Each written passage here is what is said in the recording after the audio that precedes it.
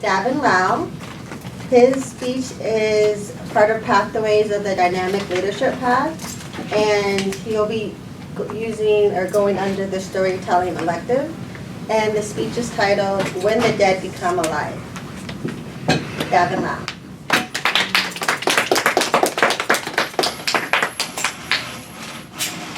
Before I start, I wanted to say that the speech may be a little graphic, and I want to just advise the audience.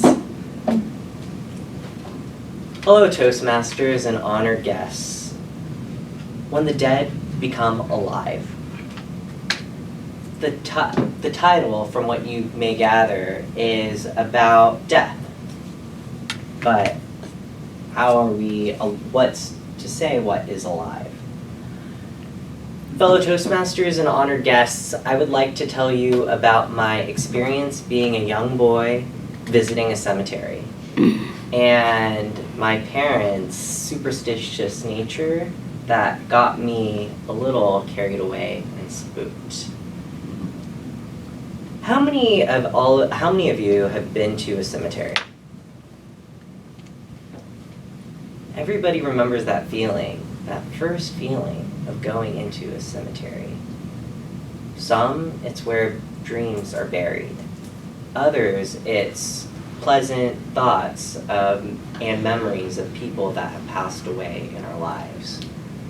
We walk by these tombstones and we see different epitaphs, sayings of people that, oh, this was the best father ever, but was he really the best father ever? At an early age, I had the experience of going to the cemetery every year. Unfortunately, I had an older brother that passed away at a very young age. Every year, on Memorial Day, we would get in the car, deliver flowers to my brother's grave. I never knew my brother, and I always found it peculiar because everybody in our culture, being of that age, everybody I knew in my life at that time was cremated. And I always wondered to myself, why was my brother buried?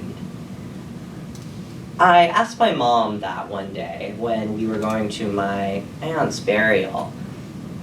In Hindu tradition, as you can tell I'm Indian, we have a 13-day celebration of life, and most of the time, people are cremated. This is to absolve them of all sins and negative energy, so their karma is at peace and their spirit could be spread amongst the earth. But that didn't happen for my brother. So I asked my mom about this. Mom? Yes? Why is my brother not cremated? And she explained, well, that's because he was young. But, you know, I wanted to get him cremated, but it was your dad that said that we shouldn't. And I was like, oh, does that mean his spirit's not settled? My mom says, I don't know. And take it, I am 6 at the time, and terrified of an unsettled spirit being around me. The next night, I went to bed, like I usually do. Brushed my teeth, read a book at 6, and went to bed. I remember I was not quite asleep, but I heard something, a tapping.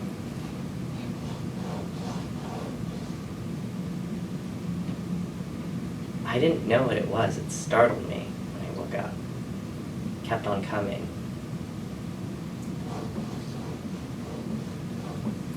I couldn't decipher where it was coming from. I frantically woke up, looked around, went to look underneath my bed, went in the bathroom right across from my room, making sure I didn't leave on a water faucet or leave something on that I didn't know about.